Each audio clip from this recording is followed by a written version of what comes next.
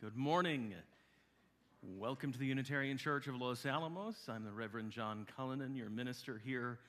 As Unitarian Universalists, we affirm and promote the inherent worth and dignity of all people and gather together in a free and responsible search for truth and meaning. Whoever you are, whomever you love, wherever you are at this moment, wherever you are on your life's journey, you are welcome to be part of this community. I'd like to extend a special welcome to any visitors or first-time guests we have among us this morning. I'd love to join you for some coffee and conversation with the rest of the congregation in our fellowship hall off here to the right. Introduce myself, answer any questions you might have about our community or about the service this morning. And speaking of questions, that is the theme of today's service. I switched things up a bit. You'll notice you have index cards in your seats and there's some pencils. Any question you have for me this morning, I will endeavor to answer as many as I can in 15 to 20 minutes in the sermon time.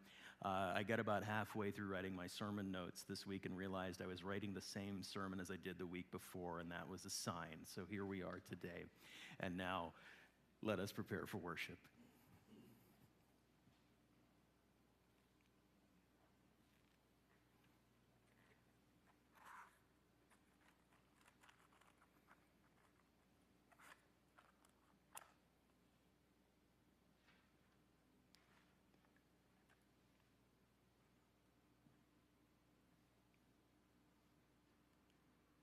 There is nothing you need to bring with you to be welcome here. No right beliefs or proof of citizenship, no external optimism or clarity of conviction, no boundless courage or endless expertise. You do not need to know what brought you here or how you will solve that problem you are turning over and over and over in your mind. Your bills do not need to be paid, and your checkbook can be a mess. Your children may have been up half the night. Your hearing aids may not be working, and your knees may be creaking. You do not need to be already perfect or even halfway to belong in this circle where grace meets us where we are, but does not leave us as it found us. Where love resides in each of us, yet is somehow more than all, where life still pulses and rages and heals and transforms, creating us and this day anew once again. Come, let us worship together on this beautiful morning. Would you all please rise in body or spirit and join in our opening hymn, number 163.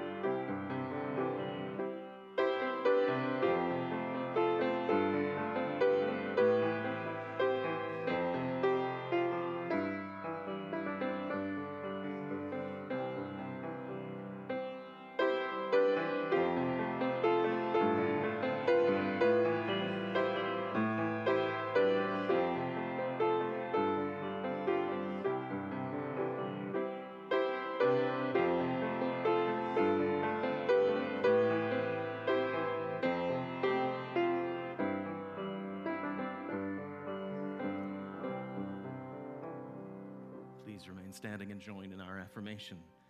Love is the doctrine of this church. The quest for truth is its sacrament, and service is its prayer. to dwell together in peace, to seek knowledge in freedom, to serve life in fellowship, in the end that all souls shall grow in harmony. Thus do we covenant with each and with all. Please be seated.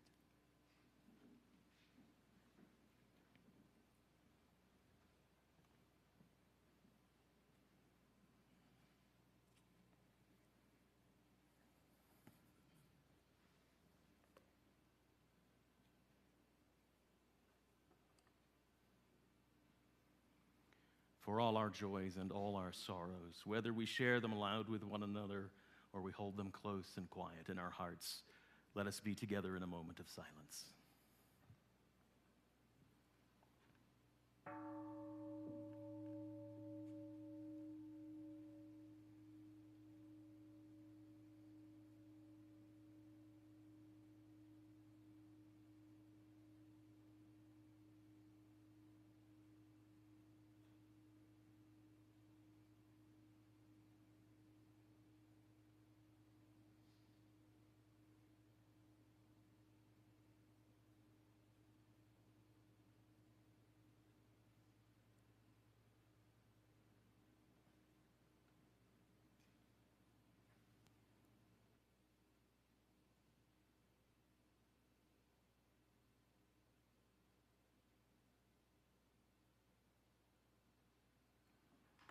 Please join me in a moment of prayer and contemplation. Eternal and beloved, gracious source of all life and all love, we come together this morning grateful for this time out of time, which we have set apart so that we might become more fully present to ourselves, to each other, to that which we name as holy. We gather this morning with gratitude for this time out of time. I already said that. May we be reminded this day of those simple truths that so often become lost amid the frenzied hours of our days. May we be reminded that we are loved without cost or demand, even when we feel undeserving. May we be reminded that we are worthy of a place at the table of creation, even when others call our worthiness into question. May we be reminded that others touch our lives and others are touched by our lives, even when we feel as though we are living alone or in the dark. May we be reminded that the seeds of love and understanding are planted within us at birth, and that it is the greatest call of our faith to find and nourish those seeds in ourselves and in each other. May we hold this community in our hearts throughout the week to come, and in turn, know that we are held by it. All this we pray in the names of those known and unknown, present and absent, remembered and forgotten, in the names of all the helpers of humankind. Amen.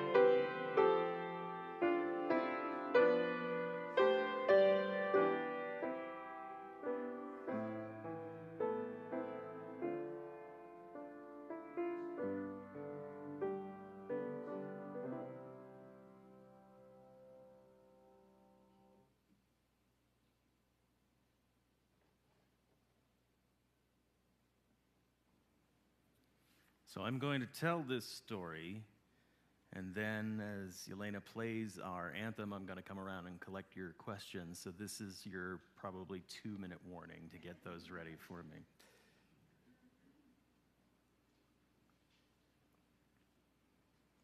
long ago and far away, or yesterday and just around the corner, or maybe somewhere halfway in between, there was a town that sat, quiet and content, tucked into the shadow of a mountain. And carved on the side of the mountain, big and tall so no one could miss them, were the words, "The answer is no." No one knew where the words came from or why they were there. They'd just always been there. But oh my goodness, the people who lived in that town cuddled into that mountain were glad to have those words there. Because whenever the townspeople had a question, all they had to do was to look up the mountain and read it. The answer was always no. Making decisions was very simple, and life went on smoothly and easily in that town cuddled into the mountain until one day.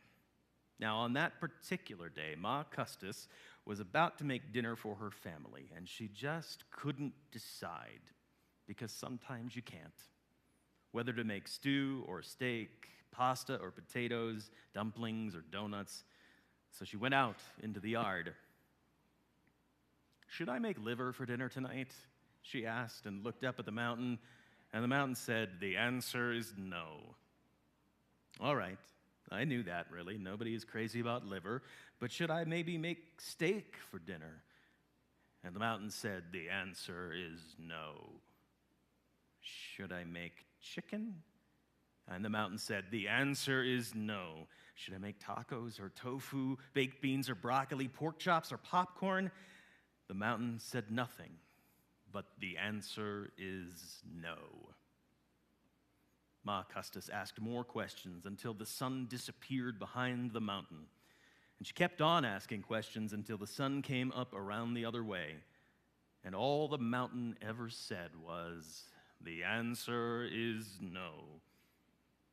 Because Ma couldn't get an answer that was any kind of an answer, she and her family went all night and all the next day and all the next night without dinner. Finally, Ma just gave up and made liver anyway, even though the mountain said no and even though everyone hated liver, because liver was the first thing she'd thought of. But Ma Custis had had enough. She glared at the mountain, stamped her foot, and shook her fist. "Why is the answer always no? Why can't you just say yes for once?" Ma turned around and stomped away to ring the town bell and call a town meeting. Well, when that bell rang, the whole town came running, from the oldest man with the longest beard to the youngest kids who still needed carrying. No one would miss a town meeting. They all came, and they all listened carefully as Ma Custis told her story. "Seems to me," she said, "that we've got a problem. That mountain just isn't helping us like it should. Seems to me it would be nice if it would say yes for a while." The townsfolk knew Ma Custis had a point, but they didn't much like this idea. Changing something that had been the same way for so long. But after they thought, and then they thought some more, they finally nodded solemnly. The mountain would have to be recarved. Mason Sharp, the stone carver, nodded along with the rest of them. He scratched his nose and adjusted his cap and slowly gazed up the length of the mountain. Then he cleared his throat and said in his gravelly voice, "Looks to me like I could do the carving if that's all right with all of you." And so it was. Mason spent the next 2 weeks up on the side of the mountain, chiseling and chipping and carving away and coming down only when it got too dark to see. And when he was done, the mountain said, "The answer is yes." Mason rang the bell to call the town together, and once again they all came running, from the oldest woman with the whitest hair to the youngest kids who still needed carrying. They all wanted to see the new sign, and they all wanted to cheer for the stone carver and all his hard work. Ma Custis, who had started all of this, came right up to the front of the crowd. She figured she ought to be the person to ask the first question of this new and different mountain, since she'd discovered the problem with the old one.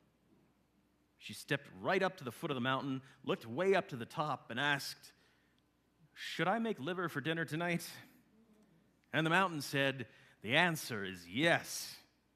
Well, now, Ma Custis almost fell over with surprise. But Pa Custis told me he'd never forgive me if I served liver again, and all my kids threatened to hide in the barn for a week. Should I really serve liver? And the mountain said, the answer is yes. And the townspeople began to grumble. They didn't like the sound of this. Ma Custis's family grumbled the loudest. But, well, I can't, Ma said. I mean, I just can't serve liver again. I promised I wouldn't. Are you telling me I should break my promise? And the mountain said, the answer is yes.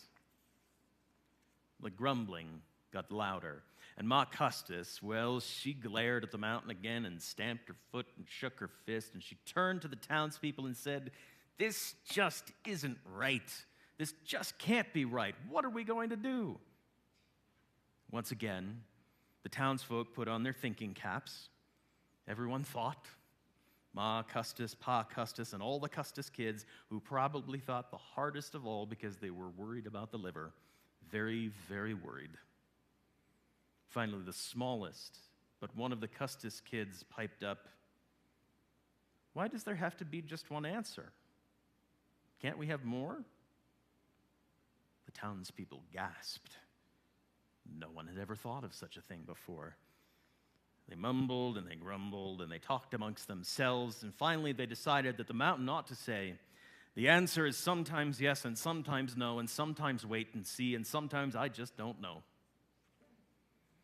Mason the stone carver, who had been listening to all of this talk, cleared his throat, scratched his nose, adjusted his cap, and said, I think I can do it. I don't mind, not really, even if I did just finish carving in the new change, but well, it's gonna take a lot of time, and I can't work all day long like I did the last time. How about if I work on it when I can, and we'll hang us up some kind of sign on the mountain and lets people know that the answer is coming. And so it was. The funny thing was that for a little while, Mason worked on the mountain every day. And for a little while, everyone in town waited eagerly to see the new answer. But soon, the stonemason got tired of climbing the mountain every day, and everyone else got tired of waiting, and they all started asking each other questions and helping everyone else find answers that seemed to fit.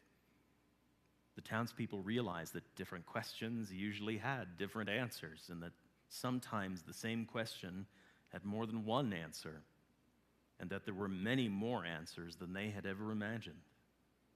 And all of that was fine with them. After a while, they thought that maybe the answer the mountain was giving them right then, just as it was better and more sensible than any other answer it had given. And so they left it as it was. And the mountain said, the answer is under construction.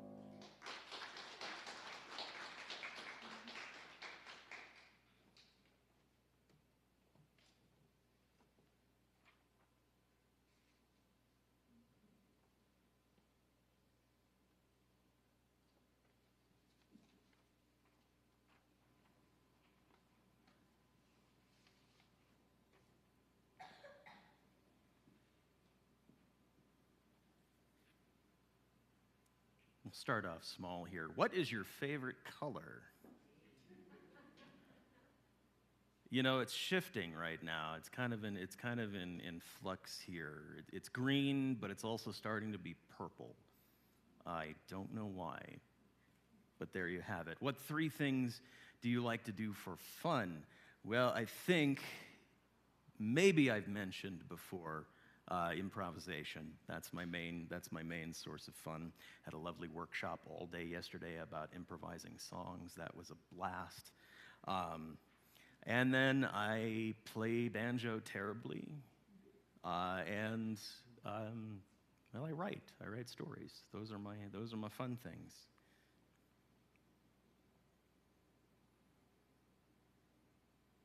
What is one hopeful thing? First thing that pops into your mind.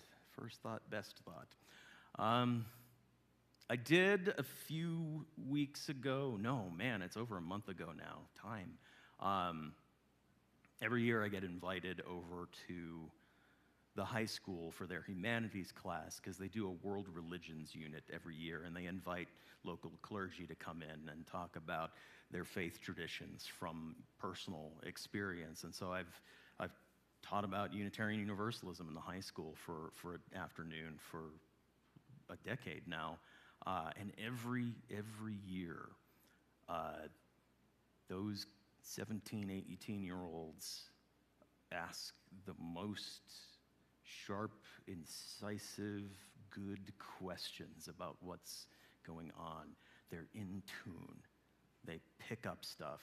They're not asleep at all. They're amazing, and they're fun to talk with too. And if they can keep that kind of sharp and open and insightful questioning going on, I think we're in good shape in the future.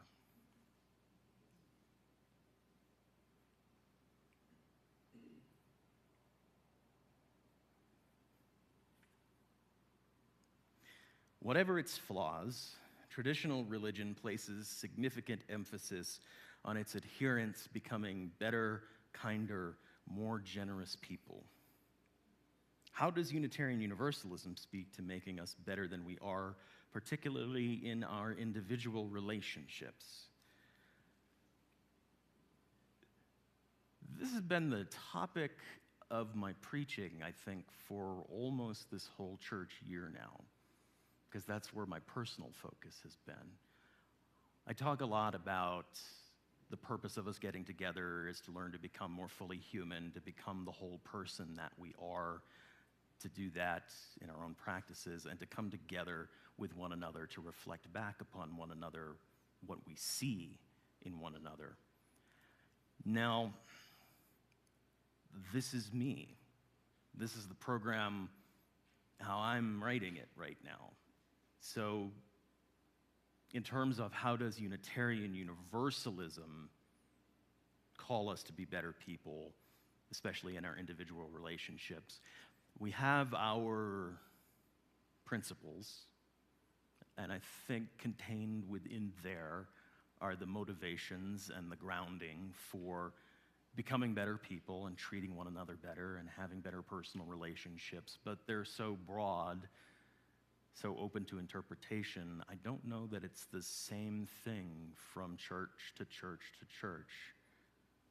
I think it gets filtered through each one of our own perceptions, and since I have your undivided attention for 20 minutes at a time every Sunday, it certainly gets filtered through my own interpretations of what it means to be a Unitarian Universalist and a human being here in this community.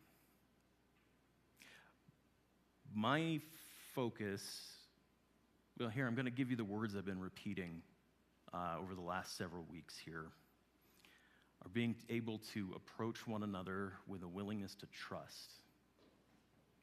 That's huge. Because if we can't trust in our relationships, we can't have the relationships to begin with. Everything else follows trust.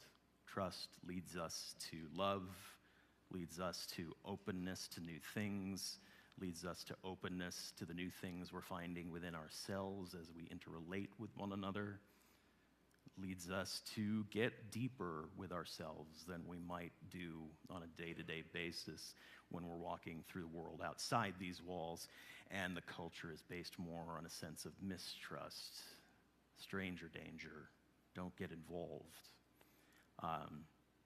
That is my Unitarian Universalist concept of being better and being in relationship with one another. I don't know if you'll find it anywhere else. I might be surprised. You might be surprised. But that's my answer for today. Yeah.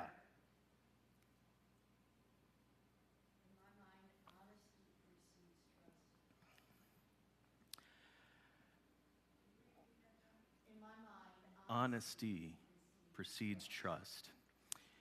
Yeah. It's not a perfect answer.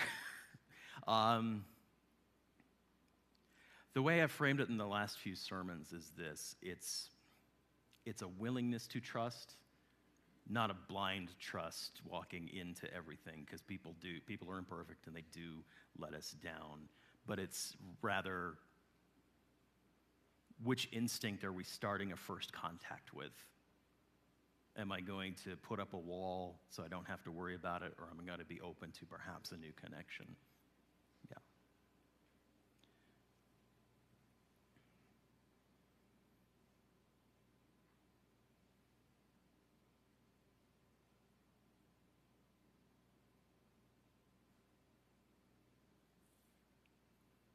I have friends who are curious about attending but are intimidated by a whole service. What is a good, easy way to dip their toes in? Watch a video. We're all pretty good at that. We live stream each one of these. It goes up on YouTube afterwards, and you can pick and choose which parts of the service you want to pay attention to. I suggest the sermon. I'm biased, I'll admit. And that is actually how a lot of people find their way to us. They explore on the outside for a while, and I've talked to numerous people who've come in for the first time saying, oh yeah, I know who you guys are. I've been watching the videos for a little while, working up and finding my way in and finding the courage to finally show up. So if the tool works, share it with everybody. I think that's a good way.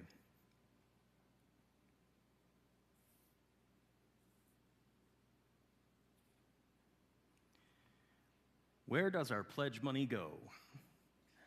How can I give service to the Unitarian Church of Los Alamos? Where is the raven? Thank you, John. Let me do these in reverse order.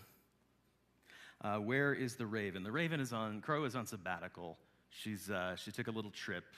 She'll be back in July, and hopefully in the fall we can get back together and have a chat with you all again.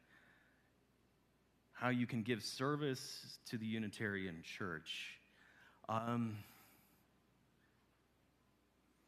Find ways to volunteer here. Say yes to opportunities when you are invited to do something.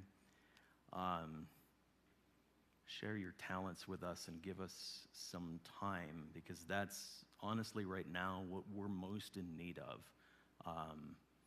It's been a slow returning after pandemic, and people are trying to find their way back in and dip their toes in. And so what we've got right now is a core of like 20 people who are helping make everything happen, and it gets to be a lot of work for all of us after a while.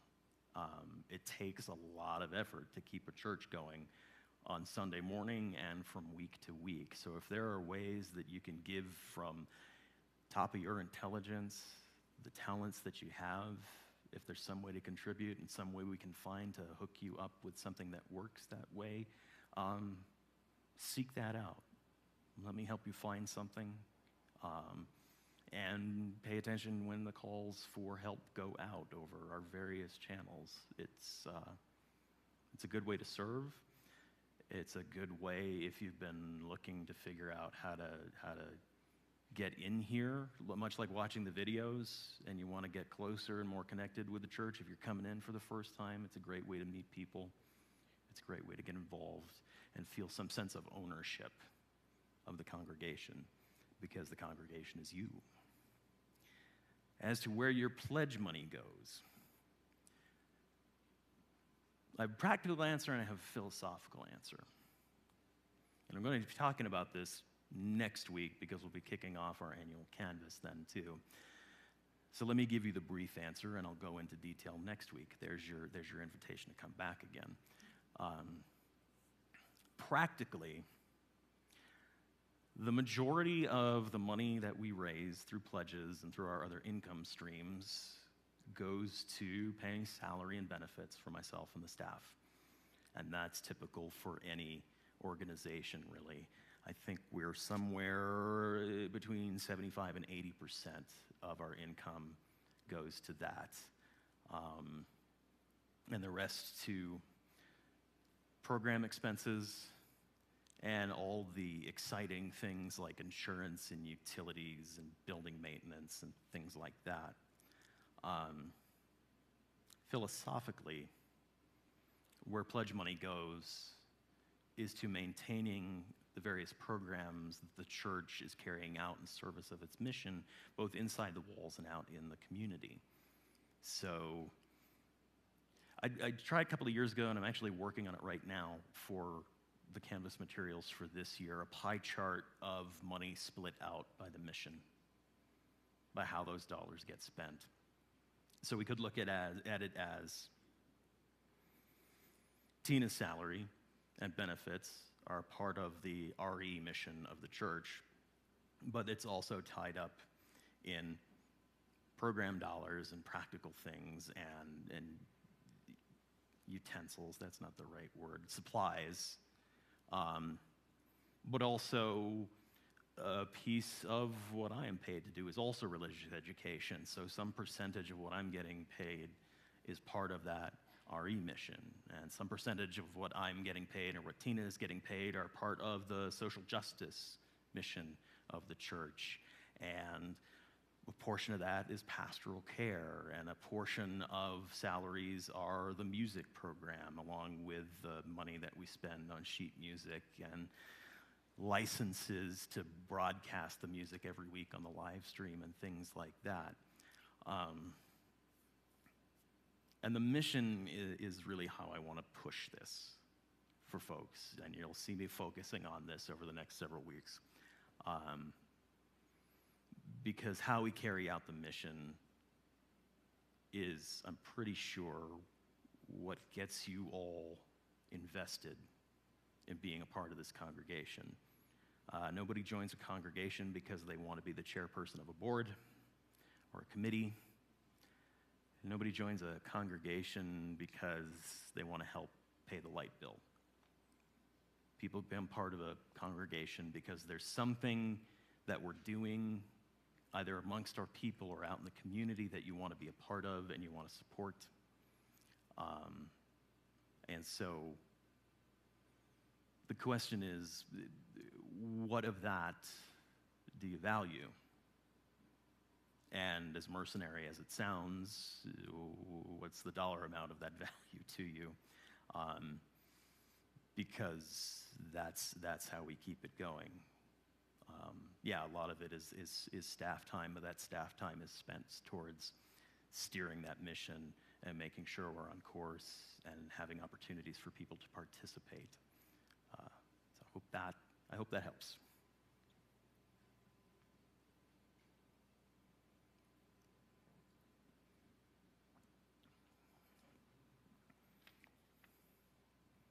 What is my favorite food?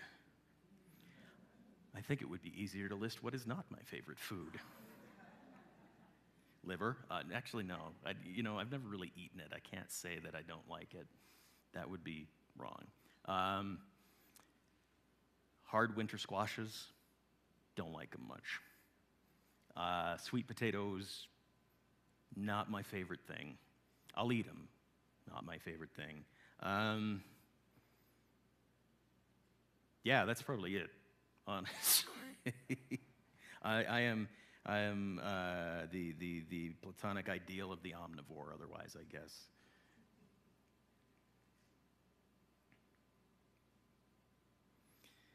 What is your biggest fear?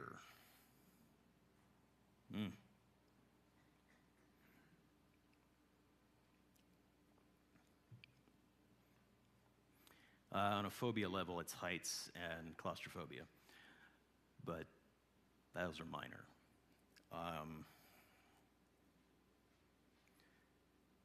My greatest fear is that none of this matters.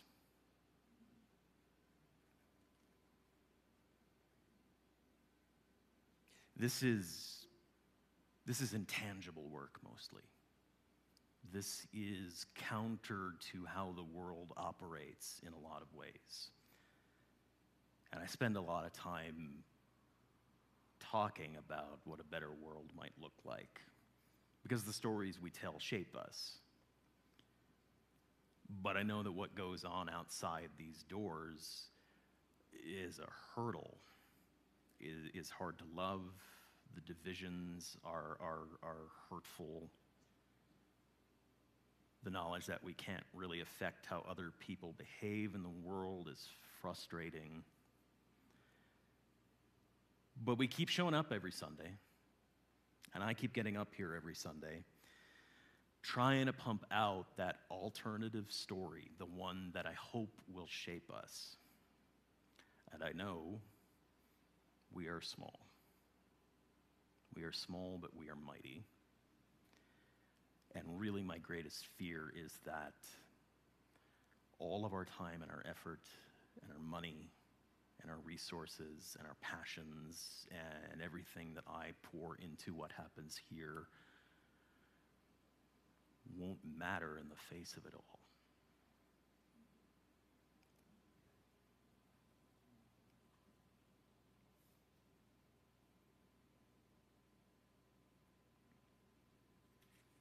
Is it possible to bring back movie night? Can we plan a spring or warm weather church picnic? Yes and yes. Yes, we absolutely can. I will admit, I haven't been watching movies with an eye towards preaching about them in several years. I am in it totally for the escapism of late, for reasons we can probably all understand. So, movie nights, yes. Whether or not I preach on them, we'll see. And yeah, we can absolutely have a warm weather picnic. We were talking about it in one committee or another this week. I don't remember which one because they all kind of smushed together. But yes, to head out to like Urban Park on maybe the last Sunday of the church year after a service and go have the pavilion and play around and use the tennis courts and grill some good stuff. I think we absolutely should do that this year. And there's a follow-up question here. What movie genres do you like? Drama, horror, etc. My favorite genre is something well-written that doesn't treat me like I'm stupid. That is my favorite movie genre. Don't get me wrong, I also like a good dumb movie every once in a while because I do need to turn my brain off, but I will watch anything in any genre if it gives me something to chew on, challenges the way that I see the world, makes me do the work, treats me like I'm smart. This is something I've been teaching my improv students for the last year now too, is on the topic of trust. Trust your audience. The audience wants you to tell them that you think they're smart, and I like movies that do that with me as well. And anything science fiction. Who are some of your heroes, heroines? It would be easier to list who is not.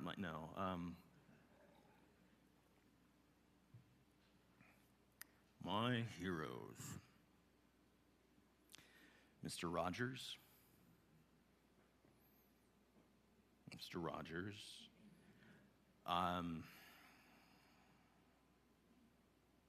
This is a hard question. Also because when I see images of faces in my head, I lose the words for the names sometimes, so I can try to describe what they look like to you, maybe.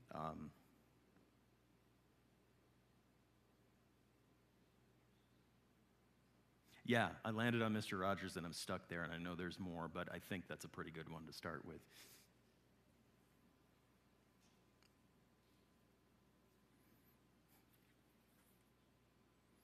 If we are to be a tolerant people, must we not then be tolerant of that which is intolerable?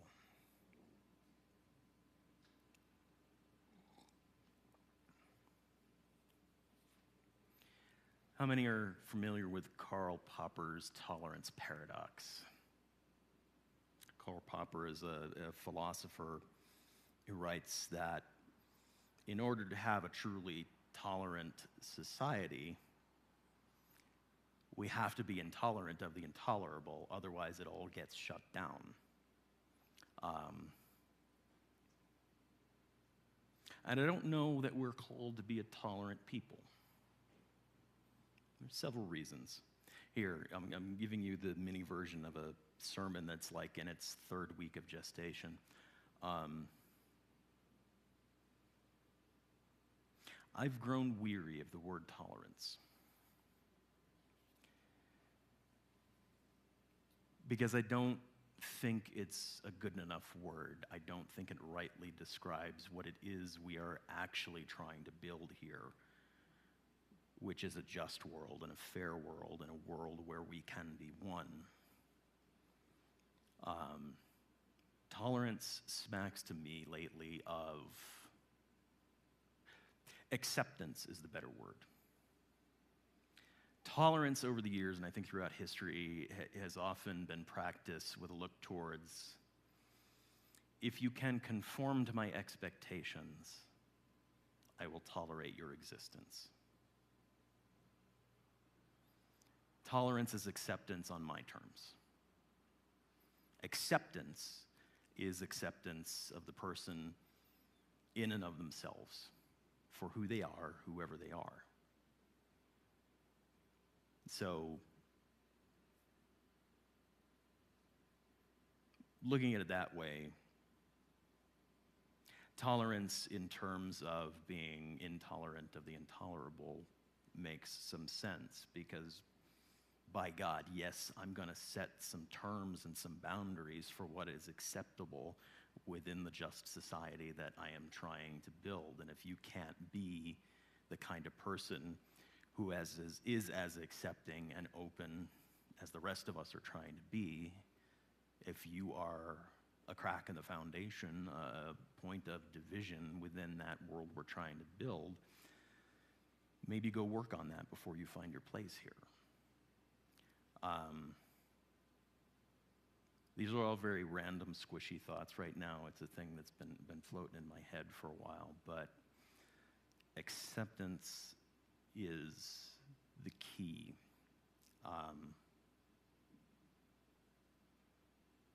Because you can accept almost anything, including the reality of when things aren't quite right. Because when you can accept that, you can address it and start to work on it and start to try to pick it apart until it becomes something that is part of the larger community we're trying to build. I can accept that people are cruel,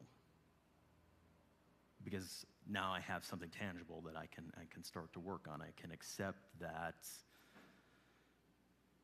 society isn't fair, and then I've acknowledged a reality, and I can start to change that as well.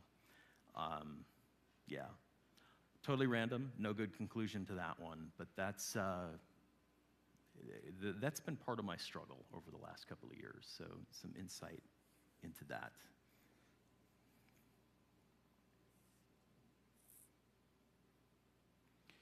This went longer than I thought it would. As Unitarian Universalists, how should we deal with the current political use of woke?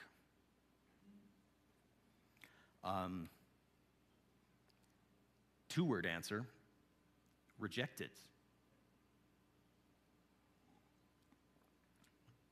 The way the word woke was being used politically right now is as a bludgeon against people who want to work against injustice, who want to acknowledge, accept that the world is a certain way so that we can begin to make the changes.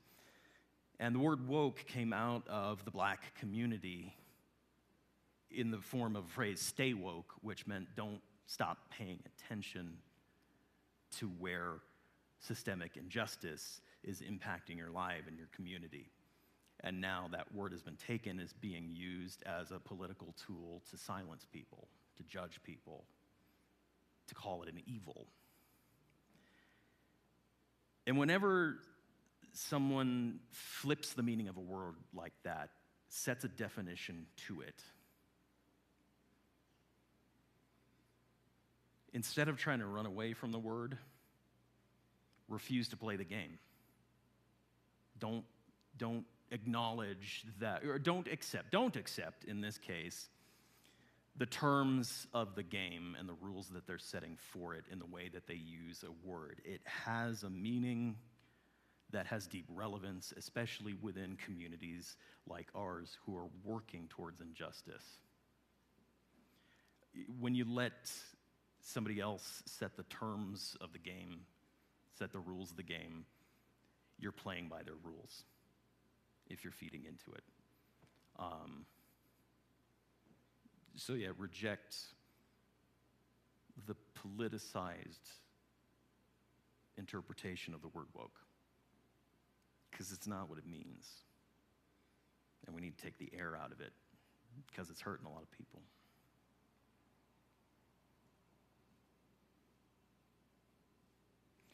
I'm going to do one last one here so we don't go too long over time. I've got a couple others here, and I apologize if I didn't get to yours. Sometimes I struggle to say, I am a Unitarian. I say I attend, I hang out with people, but it's harder to say, I am one. Why? And should I worry? And should I try to fix this?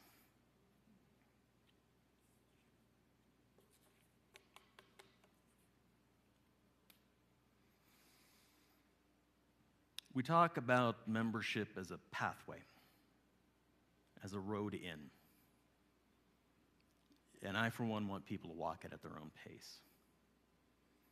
Because when you commit to being a member of this community, you're committing to a faith tradition. And I want people to be able to say sincerely they have made a choice to be part of this community, and they understand what it means, and they want to be a part of that. And lost my train of thought. I want people to take their time. I don't want to rush anybody in.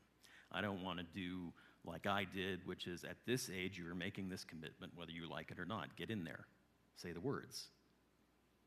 Because it ended up not meaning much. I want it to mean something. I also want you to know you can claim you're a Unitarian Universalist without fully being a member. Admit you come here. Somebody might want to come with you. But take your time. I'm going to afford you the time. Take all you need. That's it for the questions right now. And now it is time for our offering. During the month of March, all cash and undesignated funds we collect will be taken up for our friends of the Los Alamos Family Council in support of their work for mental health in our community. You can give through Givelify or through the baskets this morning, but what you give, may it bring you joy and a deeper relationship with this community.